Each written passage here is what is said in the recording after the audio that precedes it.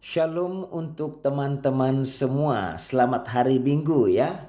Hari ini Minggu tanggal 3 Desember 2023. Saya ingin membagikan pembelajaran firman untuk teman-teman semua dari Markus pasal 13. Markus pasal 13 ayat 24 sampai 37. Saya akan menerangkan pembelajaran firman ini dalam topik ya, berjaga-jaga dalam menyambut kedatangan Kristus. Itu topik kita.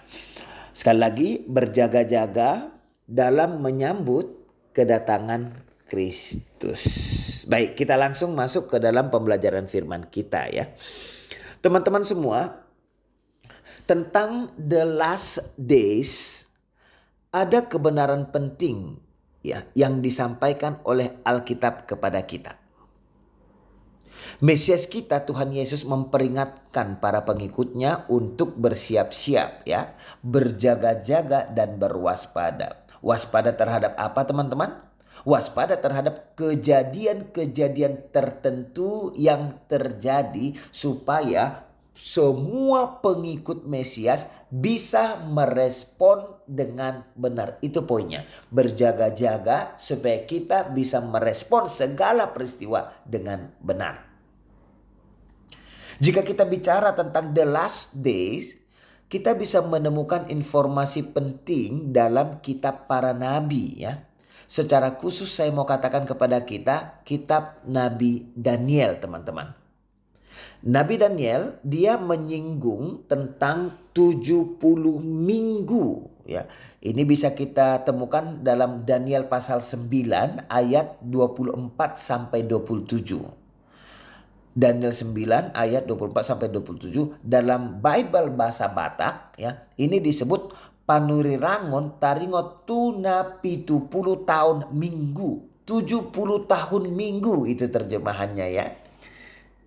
Ketika kita mendengar kata minggu, sering kita pahami sebagai 7 hari, benar nggak? 7 hari, minggu ya. Tapi kata Ibrani untuk weeks di sini ya, ini muncul dalam bentuk plural teman-teman. Shavuot ya, plural. Dalam Daniel pasal 9, di situ ada perubahan dalam hal bahasa. Yang dipakai di sana adalah Shavuim, yang artinya bukan 7 days teman-teman, tetapi 7 years. Jadi dipahami setiap minggu itu adalah periode 7 tahun seperti itu. Setiap minggu itu periode 7 tahun. Dan ada peristiwa yang akan memulai periode 7 tahun ini. Pertanyaannya, apa peristiwa itu? Kita bisa menemukannya teman-teman dalam bagian awal Markus pasal 13 ini. Yang mana ya, Yesus pada bagian awal itu menekankan tentang the temple, bait suci. Sehingga ini yang diberitahukan kepada kita teman-teman. Ini yang diberitahukan kepada kita. Pada the last days ya, the temple akan didirikan kembali di Yerusalem. Karena bait itu didirikan kembali, maka akan berlangsung pengorbanan di sana.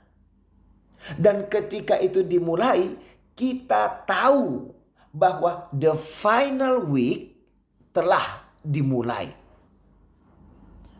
Tapi kapan the final week itu akan berakhir? Peristiwa apa yang akan membawa peralihan ya dari periode waktu yang dikenal sebagai the last days beralih kepada waktu kedatangan Mesias itu? Itulah yang akan disampaikan kepada kita melalui bagian ini teman-teman. Ayat 24 sampai ayat 37. Kita masuk ayat yang pertama yaitu ayat 24. Dikatakan di sana seperti ini. Tetapi pada masa itu, sesudah siksaan itu, matahari akan menjadi gelap ya, dan bulan tidak bercahaya. Teman-teman semua, perlu untuk kita pahami bersama-sama. Sebelum ayat 24 ini, Yesus bicara tentang kebenaran ya, kebenaran yang diterapkan kepada anak-anak Israel sebagai the chosen one ya. Itu diterapkan kepada anak-anak Israel. Tetapi pada masa itu katanya ayat 24 tadi, tetapi pada masa itu sesudah siksaan itu, sesudah kesengsaraan itu, teman-teman, ada sesuatu yang akan terjadi ya. Ada sesuatu yang akan terjadi sesudah kesengsaraan itu. Kata kesengsaraan yang dipakai di sini ini adalah klipsin ya. Klipsin yang dalam konteks ini menunjuk kepada anak-anak Israel. Sepertinya teman-teman, sepertinya ini mengacu kepada the Jacob's trouble ya. Jacob's trouble, maaf. Dalam kitab Nabi Jeremia pasal 30 ayat 7. Sekali lagi, dalam kitab Nabi Jeremia pasal 30 ayat 7, di sana dilukiskan kesengsaraan yang paling buruk ya, kesengsaraan yang terburuk yang akan dialami oleh anak-anak Israel. Artinya teman-teman, sejak dunia ini diciptakan sampai kedatangan kedua Mesias nanti, Jacob's trouble ini adalah masa yang paling menyengsarakan bagi Israel. Sehingga di sini dipakai kata klipsis ya, yang artinya a time of tribulation, seperti itu. Selanjutnya dikatakan di sana, segera setelah masa itu ya, pada akhir the 7 years, apa yang akan terjadi teman-teman? Tanda apa yang akan diberikan? Dikatakan tadi matahari akan menjadi hitam, become black. Matahari akan menjadi hitam dan bulan tidak bercahaya. Tanda ini teman-teman, matahari dan bulan tadi, diikuti oleh tanda-tanda ayat berikutnya 25. Ayat 25 dikatakan, dan bintang-bintang akan berjatuhan dari langit dan kuasa-kuasa langit akan goncang. Ya, itu isi ayat 25. Apa yang ditampilkan kepada kita di sini teman-teman, ini adalah ya, akan ada beberapa hal yang sangat mengejutkan. Akan ada beberapa hal yang sangat mengejutkan yang akan terjadi di langit, heaven, seperti itu. Hal-hal yang mengejutkan ini teman-teman, ini adalah hal-hal yang tidak bisa diperbuat manusia, tetapi hanya oleh kuasa Tuhan itu terjadi. Dan yang menariknya apa? Hal-hal ini ya akan menjadi tanda untuk satu peristiwa khusus yang sangat penting yang disampaikan pada ayat selanjutnya 26. Apa peristiwa yang sangat penting yang disampaikan pada ayat 26? Dikatakan dalam ayat 26, pada waktu itu ya orang akan melihat, day ya dalam bahasa Inggrisnya, orang akan melihat Anak Manusia datang dalam awan-awan dengan segala kekuasaan dan kemuliaannya. Teman-teman, saya perlu sampaikan kepada kita ya, sampai di ayat 26 ini, sampai di sini, Yesus Mesias masih diposisikan sebagai orang ketiga ya, orang ketiga. Dan sebagai orang ketiga, Yesus memakai kata terjemahan LAI orang, they ya, they. Kata they ini menunjuk kepada the children of Israel. Kata orang di sini. Kalau dalam terjemahan lain ayat 26 ini dicetak dengan huruf miring loh, italik seperti itu. Tujuannya apa? Tujuannya supaya siapapun yang membaca tahu kalau ini adalah kutipan dari Perjanjian Lama. Maaf. Ini teman-teman dikutip dari Daniel pasal 7 ya. Ini dikutip dari Daniel pasal 7. Pertanyaannya untuk kita, apa urgensi dari informasi ini harus ada di sini? Apa urgensinya? Dikatakan dia akan datang di awan dengan kekuatan yang besar dan di dalam kemuliaan. Ini bukan hanya untuk memberitahu kita ya bahwa Mesias akan datang dari langit, heaven, dari sebelah kanan Bapa kembali ke bumi untuk memenuhi nubuatan firman Tuhan. Tetapi kalau kita perhatikan dalam nubuatan aslinya, dalam kutipan aslinya dari Perjanjian Lama, Daniel 7 ayat 13, di sana dikatakan seperti ini, saya akan baca kepada kita.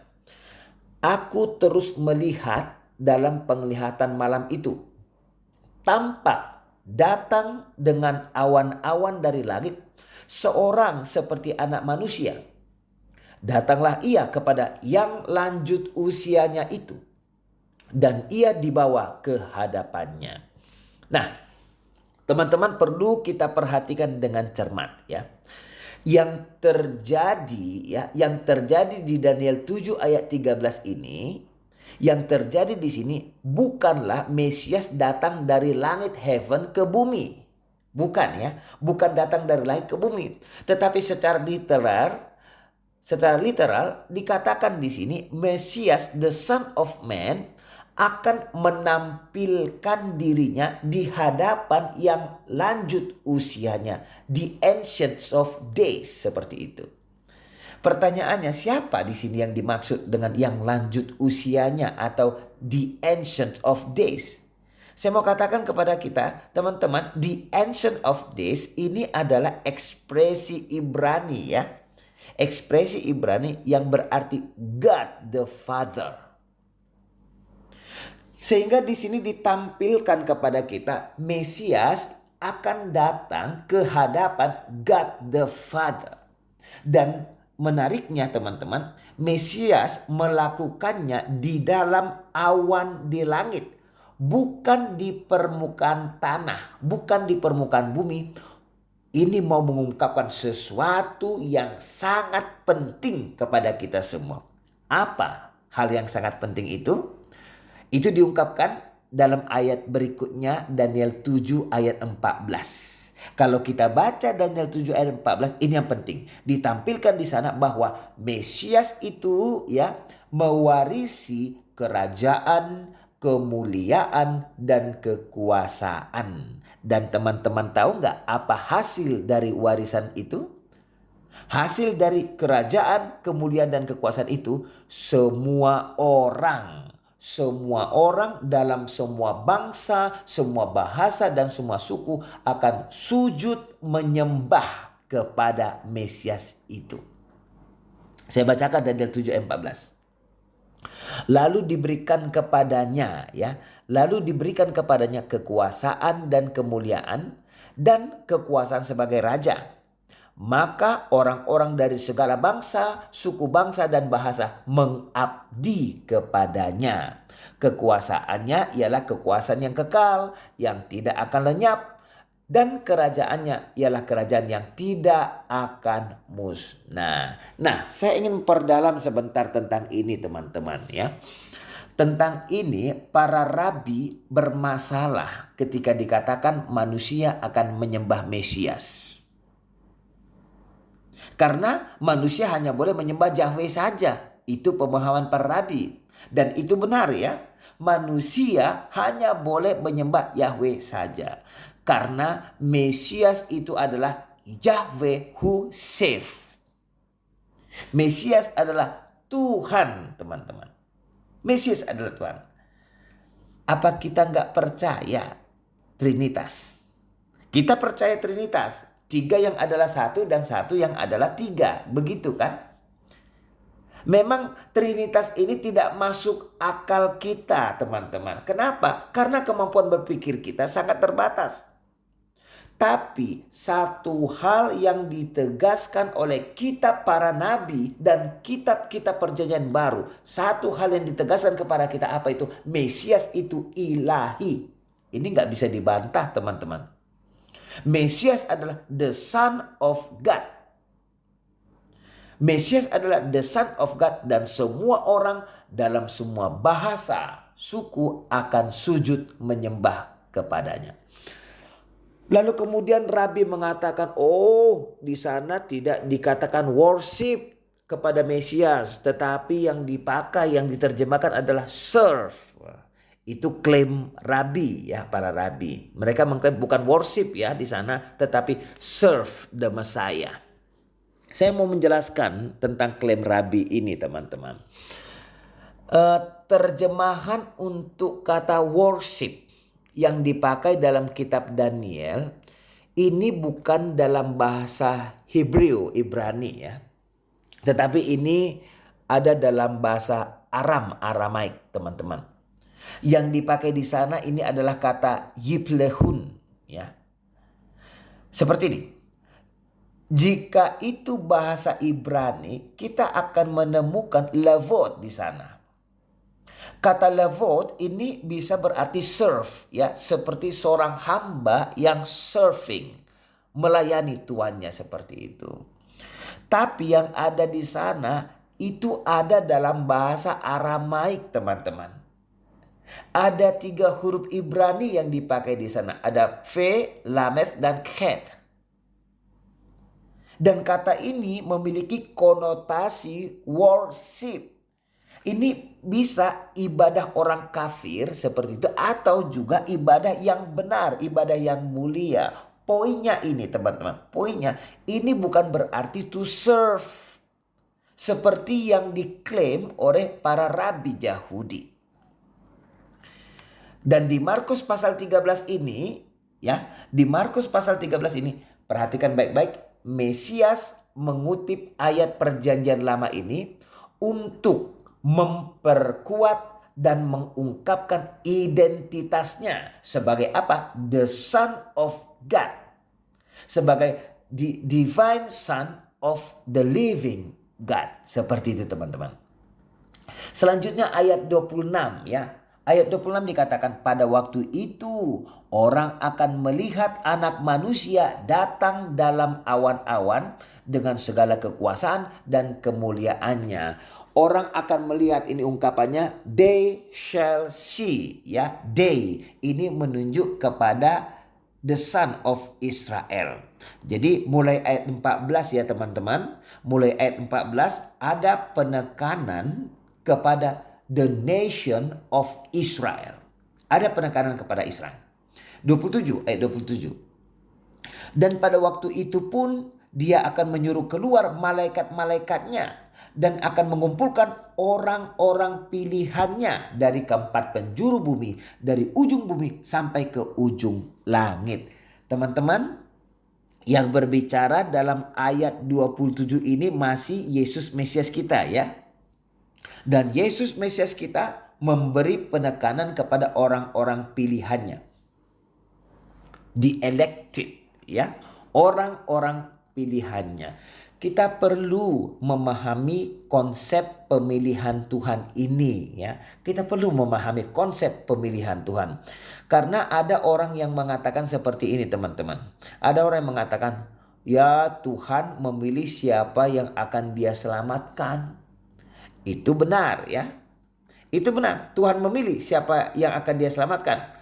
Tapi Tuhan Yesus juga mengungkapkan kebenaran yang lain. Apa itu? Banyak yang terpanggil tetapi sedikit yang terpilih teman-teman. Ada kata dipanggil ya. Call out. Ini bisa juga dipahami diundang. Banyak yang diundang. Sehingga Tuhan mengundang semua orang Israel untuk come out ya. Diundang mereka melalui apa? Gospel tentunya, Injil. Tapi di sini teman-teman, poinnya ya, poinnya meski di sini dikatakan akan mengumpulkan orang-orang pilihannya, ini orang-orang pilihannya maksudnya adalah orang-orang Israel ya. Orang-orang Israel. Sekarang pertanyaannya, mengapa Tuhan akan mengumpulkan anak-anak Israel? Tentu jawabnya karena Tuhan mau menepati janjinya teman-teman. Tuhan mau menepati janjinya. Sehubungan dengan ini, ada ajaran sesat saat ini ya. Ada ajaran sesat saat ini yang mengatakan, ya Tuhan sudah selesai berurusan dengan Israel katanya. Tuhan sudah selesai berurusan dengan Israel. Israel gak dipakai Tuhan lagi. Yang Tuhan pakai sekarang bukan Israel tetapi gereja. Ada ajaran sesat yang mengatakan seperti itu. Mereka katakan tidak ada lagi arti penting Israel. Mereka katakan tidak ada lagi arti penting tanah perjanjian itu. Teman-teman, ajaran yang seperti itu sangat amat problematik ya. Kenapa? Karena Mesias akan mengumpulkan anak-anak Israel, itu jelas dikatakan di sini. Dari mana kita tahu jika yang dikumpulkan di sini bukan gereja? Itu pertanyaannya kan? Dari mana kita tahu yang dikumpulkan di sini bukan gereja? Dari konteksnya tadi teman-teman. Tlipsis yang artinya kesengsaraan, yang artinya kesulitan bagi anak-anak Israel. Jacob trouble itu tadi. Dan kesulitan kesengsaraan ini ya berhubungan dengan apa? The wrath of God, murka Tuhan. Sementara Alkitab kita katakan apa tentang murka Tuhan? Alkitab kita katakan orang-orang percaya atau gereja dikatakan ya tidak akan mengalami murka Tuhan. Benar nggak itu teman-teman? Benar nggak Alkitab katakan seperti itu? Orang-orang percaya tidak akan mengalami the wrath of God. 1 Tesalonika 5 ayat 9.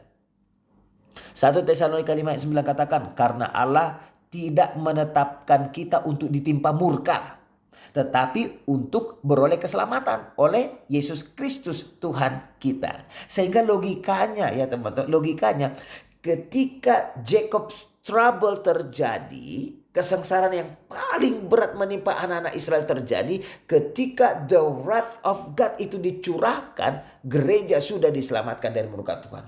Karena gereja tidak ditetapkan untuk menerima murka itu. Karenanya teman-teman, orang-orang pilihannya di sini ini bukan orang-orang yang percaya kepada Yesus ya.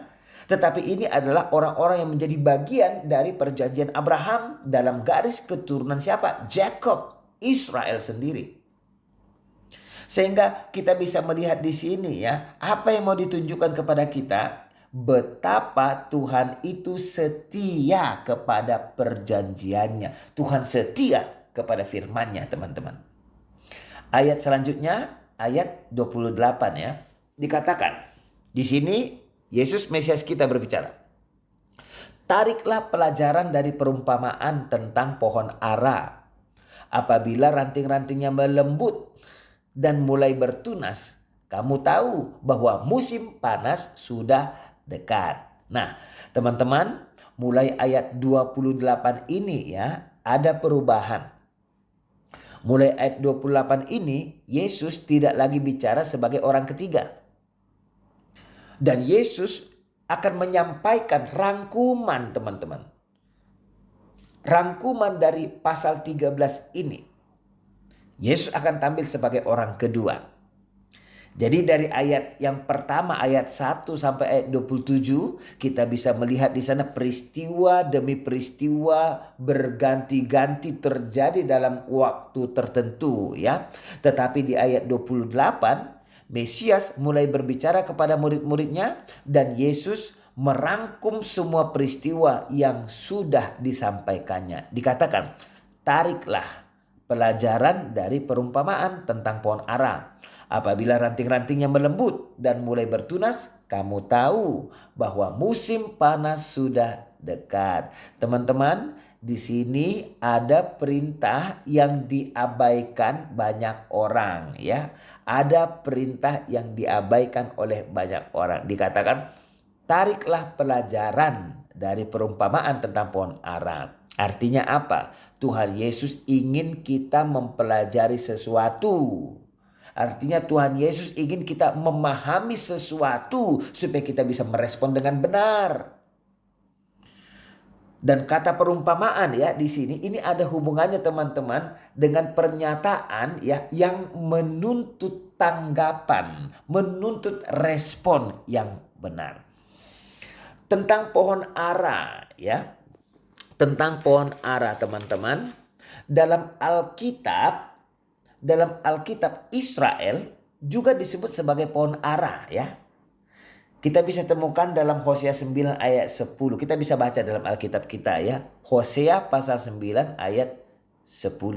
Sehingga dikatakan di sini apabila ranting-rantingnya melembut dan mulai bertunas, kamu tahu bahwa musim panas sudah dekat. Ketika kamu melihat cabang-cabangnya menjadi lunak atau lembut dan pohon itu mengeluarkan daun-daunnya, maka kamu akan mengetahui bahwa musim panas sudah dekat. Teman-teman, di sini Yesus berbicara langsung ya kepada murid-muridnya yang adalah orang Yahudi ya.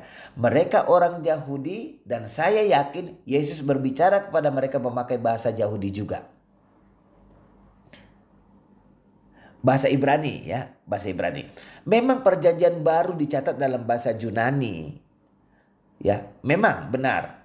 Itu dalam bahasa Yunani. Tapi saya yakin teman-teman ketika Yesus berbicara dengan murid-muridnya, dia orang Yahudi akan memakai bahasa Ibrani.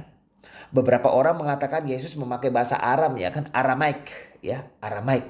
Tapi saya lebih yakin ketika Yesus berbicara dia memakai bahasa Ibrani. Dalam konteks bahasa Ibrani saya mau terangkan sesuatu kepada kita. Dalam konteks bahasa Ibrani ya, kata Ibrani untuk musim panas ini adalah kaitz ya. Musim panas, kaitz.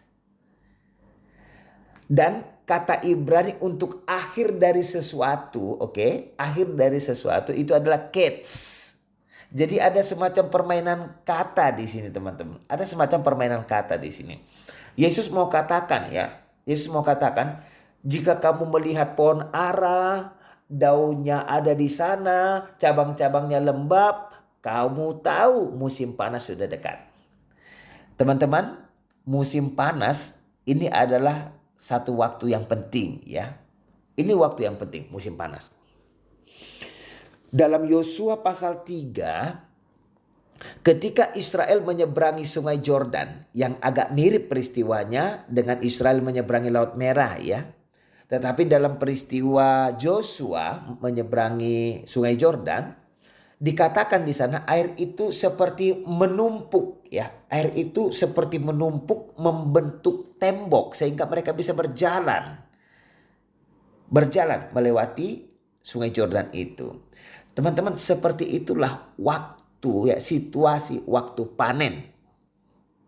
Panen ya, panen yang terjadi pada waktu musim panas tentunya. Dan saya mau katakan kepada kita semua, Alkitab kita mencatat hal-hal baik terjadi teman-teman selama musim panas. Alkitab kita mencatat hal-hal baik terjadi selama masa panen ya. Sehingga apa yang mau Tuhan katakan di sini teman-teman, apa yang mau Mesias kita katakan di sini, hal-hal baik sudah siap untuk terjadi. Hal-hal baik sudah siap untuk berlangsung ketika kita lihat Israel menjadi sebuah negara yang baik ya, sebuah negara yang makmur. Ketika Israel kembali ke tanah perjanjian yang berlimpah susu dan madunya itu. Sekarang kita sudah melihat banyak sekali peristiwa yang terjadi bagi Israel ya. Kita melihat banyak sekali peristiwa yang di dalam Israel dan kita tahu waktunya memang sudah dekat teman-teman. Waktunya memang sudah dekat. Ayat 29. Demikian juga jika kamu lihat hal-hal itu terjadi, ketahuilah bahwa waktunya sudah dekat, sudah di ambang pintu. Nah, teman-teman, ungkapan jika kamu lihat hal-hal itu terjadi, apa maksudnya ini? Tentu ini maksudnya ya, jika kamu lihat hal-hal itu terjadi ketika kita melihat perubahan-perubahan terjadi di Israel seperti peperangan, wabah penyakit, kelaparan, kesulitan-kesulitan, penganiayaan. Ketika kita melihat peristiwa-peristiwa itu, maka kita tahu teman-teman, kita tahu waktunya sudah dekat. Sudah di ambang pintu. Kata pintu di sini ini mewakili batasan ya. Pintu itu sebagai batasan. Batasan antara zaman sekarang ini dengan waktu kedatangan Mesias yang kedua kalinya. Kata pintu itu pembatasnya. Ayat 30 teman-teman. Aku berkata kepadamu, sesungguhnya angkatan ini tidak akan berlalu sebelum semuanya itu terjadi. Nah, ini ada yang menarik di sini teman-teman. Sesungguhnya angkatan ini tidak akan berlalu. Menurut saya ya, sepertinya terjemahan ini kurang akurat teman-teman. Kenapa saya katakan kurang akurat? Karena seakan-akan angkatan ini ya maksudnya generasi pada zaman itu. Generasi pada zaman itu akan mewarisi sesuatu. Padahal tidak teman-teman. Seakan-akan generasi saat Mesias menjelaskan ini, generasi itu tidak akan berlalu sampai semua yang disebutkan oleh Tuhan Yesus di atas akan tergenapi. Tentu bukan itu maksudnya ya kan? Generasi yang dimaksud di sini teman-teman bukan generasi 2000 tahun yang lalu yang dimaksud. Tetapi generasi yang mana? Generasi yang terakhir ya. Ini pasti yang dimaksud adalah generasi yang terakhir. Sehingga apa yang mau dikatakan Yesus di sini teman-teman? Ketika kamu melihat hal-hal ini terjadi kata Tuhan Yesus.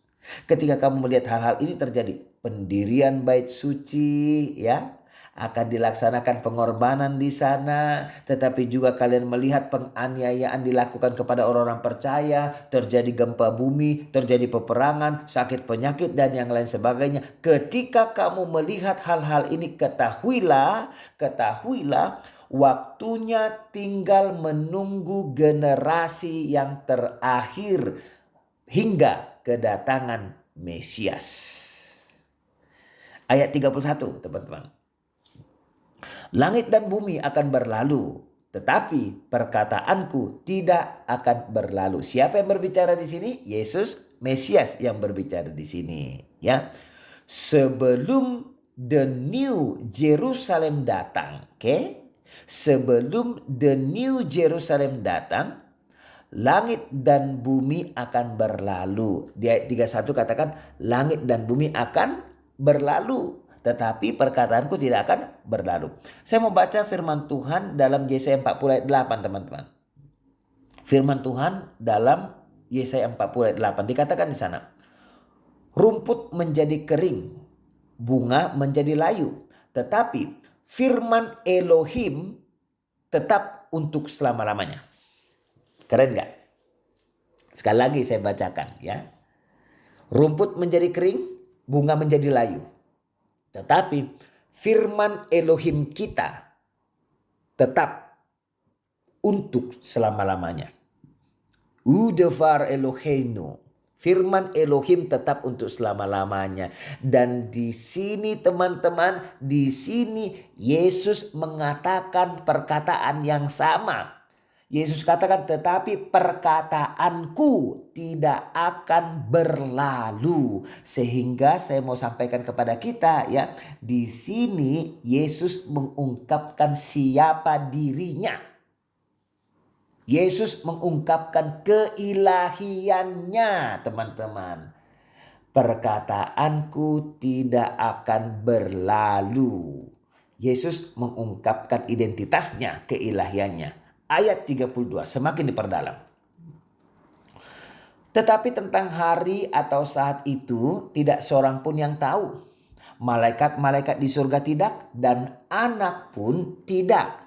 Hanya Bapa saja.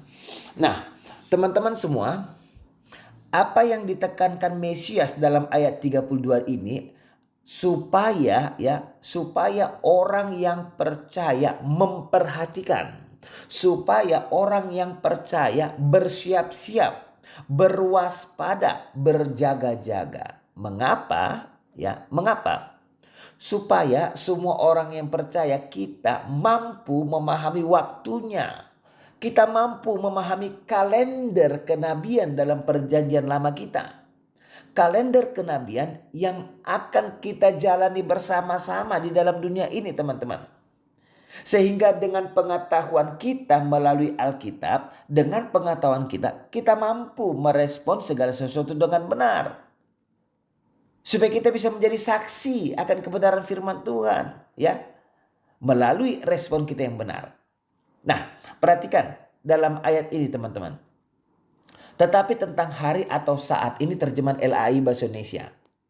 Tetapi tentang hari atau saat itu tidak seorang pun yang tahu. Malaikat-malaikat di surga tidak dan anak pun tidak, hanya Bapa saja.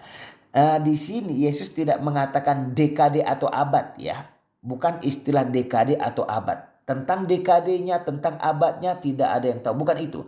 Yesus sangat spesifik di sini teman-teman. Yesus pakai istilah tentang hari dan jamnya. Ya. Tentang hari dan jamnya. Tentang hari dan jamnya karena kamu tidak tahu musimnya. Itu kata Tuhan Yesus. Saya mau katakan perkataan Tuhan Yesus ini benar pada waktu itu. Ini benar teman-teman pada waktu itu. Ketika Mesias mengucapkan ini ya. Ketika Mesias mengucapkan ini. Mereka tidak tahu musimnya. Tetapi mereka memahami situasi yang diterangkan oleh Tuhan Yesus. Tetapi bagi kita sekarang ya teman-teman. Sekarang bagi kita ketika kita melihat tanda-tanda ini sedang terjadi. Ya, kita tahu bahwa saatnya sudah dekat. Dan memang kita tidak tahu kapan harinya dan kapan jamnya. Tapi kita sudah tahu ini sudah dekat. Seperti itu ya. Lalu yang menarik selanjutnya perkataan ini. Tidak seorang pun yang tahu. Malaikat-malaikat di surga tidak, anak pun tidak. Hanya Bapa saja. Saya mau katakan kepada kita semua teman-teman. Bagi sebagian besar orang Kristen. Bagian ini sangat problematik. Ya. Bagian ini sangat problematik bagi sebagian besar orang Kristen. Bahkan beberapa orang memakai bagian ini untuk menyerang keilahian Mesias. Ayat sebelumnya tegas tadi ya. Identitasnya diungkapkan oleh Yesus sendiri. Bahwa Yesus itu adalah yang ilahi. Tetapi beberapa orang memakai bagian ayat ini untuk menyerang keilahian Mesias. Padahal teman-teman tahu nas ini juga hendak menekankan keilahian Mesias. Nas ini mau menekankan keilahian Mesias. Saya akan terangkan kepada kita. Tuhan Yesus, Mesias kita, membuat sebuah urutan yang mungkin sering kita abaikan dalam ayat ini teman-teman. Ada urutan yang dibuat Tuhan kita Yesus Kristus dalam bagian ini. Urutannya yang pertama, tidak seorang pun, ini menunjuk kepada manusia yang ada ciptaan ya kan. Tidak seorang pun, ini maksudnya manusia, maksudnya ciptaan.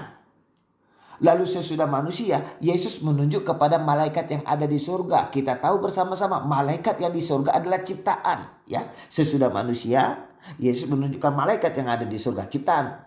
Tetapi sesudah malaikat, Yesus menempatkan dirinya sebagai anak yang adalah satu bagian dengan Bapa sendiri dalam hal keilahian. Sehingga di bagian ini teman-teman, jelas sekali Yesus memposisikan dirinya ada di atas ciptaan teman-teman. Ada di atas semua ciptaan, ada di atas semua malaikat. Keilahian Yesus ditekankan dalam ayat ini. Selanjutnya, Alkitab benar ketika Alkitab katakan Tuhan itu maha tahu, ya kan? Iya, Tuhan itu maha tahu. Bagaimana dengan manusia? Manusia tidak maha tahu teman-teman. Itu benar. Tuhan maha tahu, manusia tidak maha tahu. Yeremia 32 ayat 35, saya mau kasih contoh kepada kita. Yeremia 32 ayat 35 mengatakan, ketika Israel jatuh ke dalam penyembahan berhala ya kan. Israel jatuh ke dalam penyembahan berhala. Mereka mempersembahkan anak-anak mereka, bayi mereka kepada berhala. Apa kata Yahweh? Yahweh katakan, kejahatan seperti yang mereka lakukan itu tidak pernah terlintas dalam hatiku. Aku bahkan tidak pernah memikirkannya, kata Yahweh.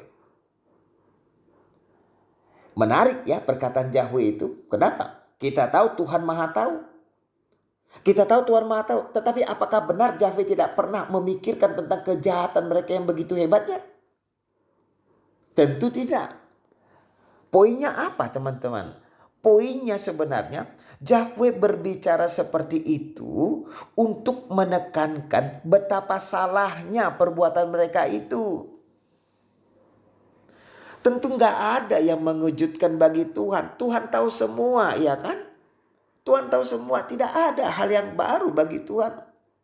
Tapi ini menjadi pembelajaran untuk sudut kita, bagi kita. Ini menjadi pembelajaran. Ini teman-teman adalah bahasa untuk mengajarkan kepada kita suatu kebenaran seperti itu ya. Tuhan memakai bahasa yang seperti itu. Nah, Tentang Mesias, kita semua tahu apa kata Filipi pasal 2 teman-teman. Filipi pasal 2 katakan, Mesias tidak menganggap kesetaraan dengan Tuhan adalah sesuatu yang harus dipertahankan. Kenapa Mesias tidak menganggap kesetaraan dengan Tuhan sesuatu yang harus dipertahankan? Jawabnya sederhana. Kenapa? Karena Mesias setara dengan Tuhan. Itu aja. Mesias setara dengan Tuhan teman-teman. Karenanya sejalan.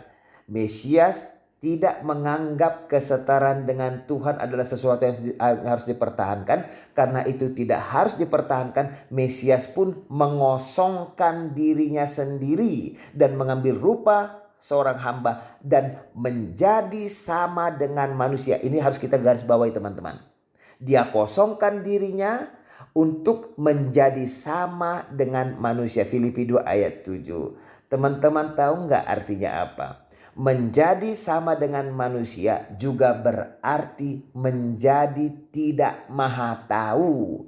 Dia maha tahu, tetapi dia kosongkan dirinya menjadi sama dengan manusia. Seperti itu ya. Dia kesampingkan kehalahannya.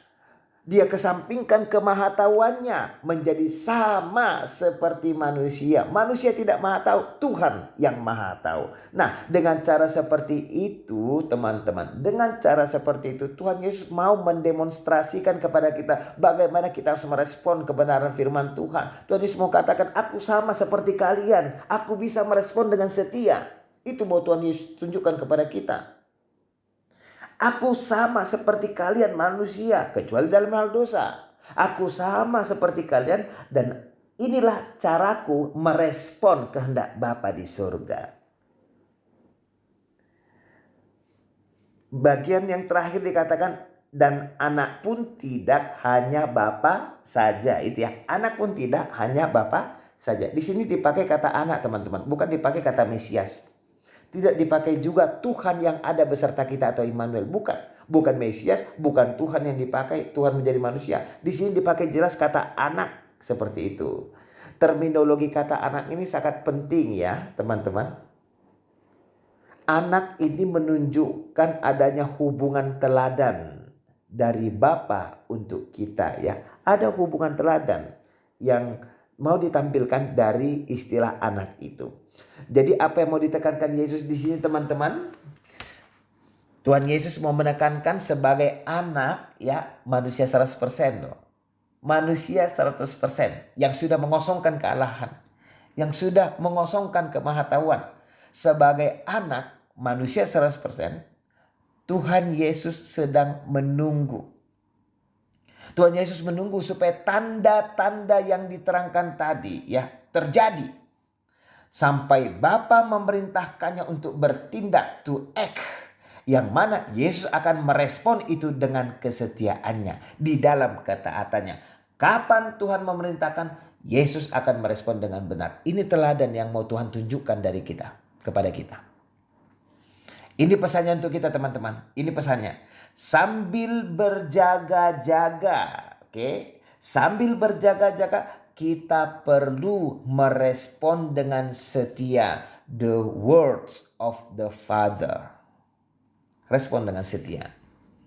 Ayat 33. Hati-hatilah dan berjaga-jagalah, sebab kamu tidak tahu bila manakah waktunya tiba.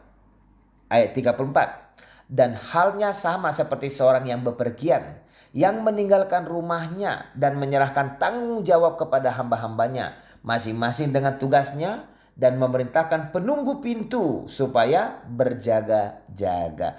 Apa yang perlu kita perhatikan dalam ayat ini teman-teman? Kepada hamba-hamba, kepada hamba-hamba diberikan tanggung jawab untuk dijalankan dengan setia. Itu hamba-hamba, tugas hamba itu. Kepada mereka diberikan tugas, kepada mereka diberikan tanggung jawab supaya mereka menjalankannya dengan setia. Lalu kemudian kepada penunggu pintu ya, kepada penunggu pintu tugasnya diperintahkan berjaga-jagalah. Itu pekerjaannya, penunggu pintu. Ayat 35. Karena itu berjaga-jagalah, sebab kamu tidak tahu bila manakah tuan rumah itu pulang, menjelang malam atau tengah malam atau larut malam, atau pagi-pagi buta. Nah, apa yang dikatakan Yesus teman-teman melalui perumpamaan ini? Penjaga pintu ini ya, Tuhan Yesus mau penjaga pintu ini dia harus ada di sana. Penjaga pintu ini Tuhan Yesus mau dia harus setia melakukan tugasnya untuk mengetahui kapan tuannya kembali. Artinya dia akan melihat kereta tuannya datang. Dia akan melihat tuannya turun dari atas kereta. Dia akan menunjukkan kepada tuannya bahwa dia setia melaksanakan tugasnya. Untuk kemudian dia akan buka pintu dan menyambut tuannya. Tapi kalau dia tidak melakukan perintah tuannya, dalam hal ini dia tertidur ya.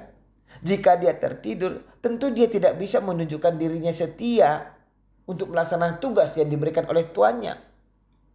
Benar, dia tetap akan membuka pintunya teman-teman. Tapi dia membuka pintunya supaya tuannya itu menghukum dia. Supaya dia menerima penghakiman dari tuannya. Sehingga bahkan dalam ayat ini pun teman-teman, kita diajarkan supaya kita memperhatikan, berjaga-jaga ya, memperhatikan peristiwa-peristiwa yang terjadi sehingga kita mengerti firman dan merespon dengan kesetiaan. Kita mengerti firman, kita mengerti tugas, kita mengerti perintah yang diberikan kepada kita dan kita meresponnya dengan kesetiaan kita. Itu poinnya. Ayat 36 teman-teman. Supaya kalau ia tiba-tiba datang, jangan kamu didapatinya sedang tidur ya. Orang yang setia adalah orang yang mendengarkan dan melakukan perintah tuannya. Saya yakin teman-teman semua setuju itu. Orang yang setia adalah orang yang mendengarkan dan melakukan perintah tuannya. Sebaliknya yang tidak setia adalah orang yang tidak melakukan perintah tuannya, dalam hal ini dia tidur. Yang terakhir ayat 37. Apa yang kukatakan kepadamu, kukatakan kepada semua orang. Ini poinnya, ini perintahnya. Berjaga-jagalah. Jika Tuhan kita katakan kepada kita, berjaga-jagalah, responlah teman-teman dengan setia. Responlah dengan setia. Bagaimana caranya? Ya kita harus berjaga-jaga. Kita harus menunjukkan kepada Tuhan kalau kita setia melaksanakan perintahnya. Hanya dengan cara itu ya.